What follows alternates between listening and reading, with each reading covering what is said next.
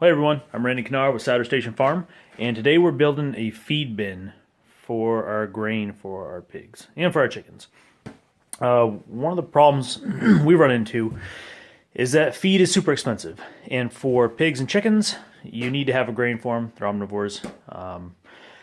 You can grow your own, but we're not quite at the scale of animals where we can justify growing our own or have the equipment for it. So we tend to buy a lot of our feed in bulk. A lot of times we've been buying down at Feed Commodities, which here in Maine is right down the road in Detroit, 30 minutes away. And you may have something like that in your neck of the woods. It doesn't matter where you go. All feed suppliers are going to have something like this. Pretty big feed bag. Let's open the top. Let's try to do this camera angle so you guys can see. We get this big feed bag, and they can fill it up with about 1,500 pounds. Above that, and they feel that the bags will blow open on them. So they work great. You can drive down, get that filled up with 1,500 pounds of feed, drive home, and then you have to, bucketful by bucketful, unload it. If you're lucky enough to have a tractor, which we're not, you could just lift it up, and there's a drawstring on the bottom of that bag. You could pull a drawstring and dump it into a bin or a silo, whatever you have. We don't have one though. So for us, we're having to do it by bucketful. In the bags, the weave on that plastic isn't that tight so water can penetrate. So we have to move all of our feed from the bags by bucketful into barrels.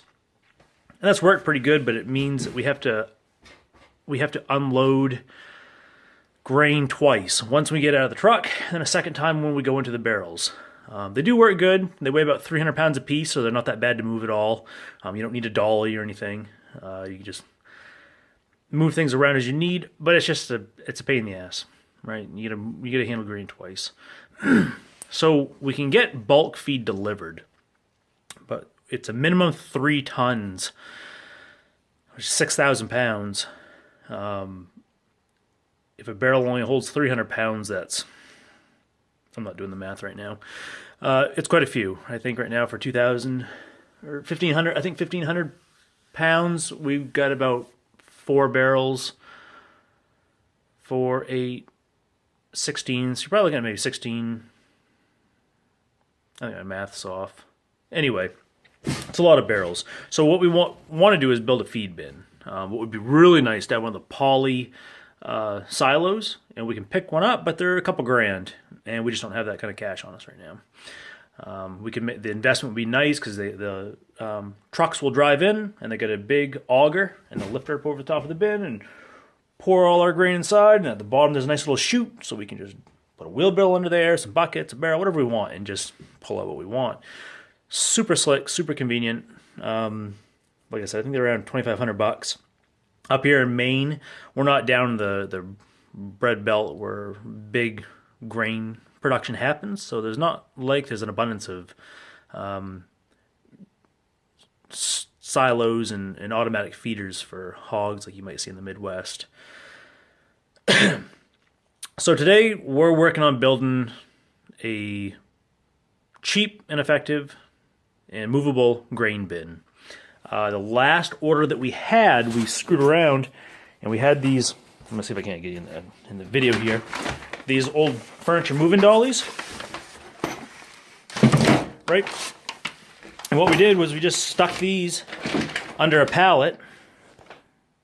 There's one right there, and took one of our bags and put the bag on top, and had the truck fill up the bag. And it worked pretty good, but it was wicked wobbly and tippy, and after we get to about 1,500 or so pounds in it, the ends of the pallet started bowing over, and it busted down into the dirt, and it got hung up in the gravel, and it was just, for a 5-minute job, it was pretty slick, but it had a lot of shortcomings. So we decided this is going to be the way to go, because in those bags alone, we can probably push 2,000 pounds if we have them encased in a wooden bin of some sort. So, long story short, the plan is to modify one of these pallets. We're going to beef it up. We're going to make it, let's see if I can get you guys in the shot. We're going to make it much stronger. And we're going to put a solid piece of plywood on one side. We're going to attach some of these casters, right? Yeah. Sorry, I'm working on the camera here. We're going to attach some of these casters to it so we can move it around.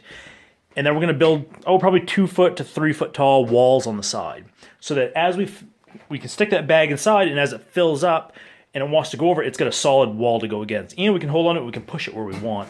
And ideally, if we build them high enough, maybe in 2 sections, I'm not really sure yet. We build in a couple different sections so we could have it support the grain, take it out as we need it, and then as the grain level goes down, we can take one of the sections off.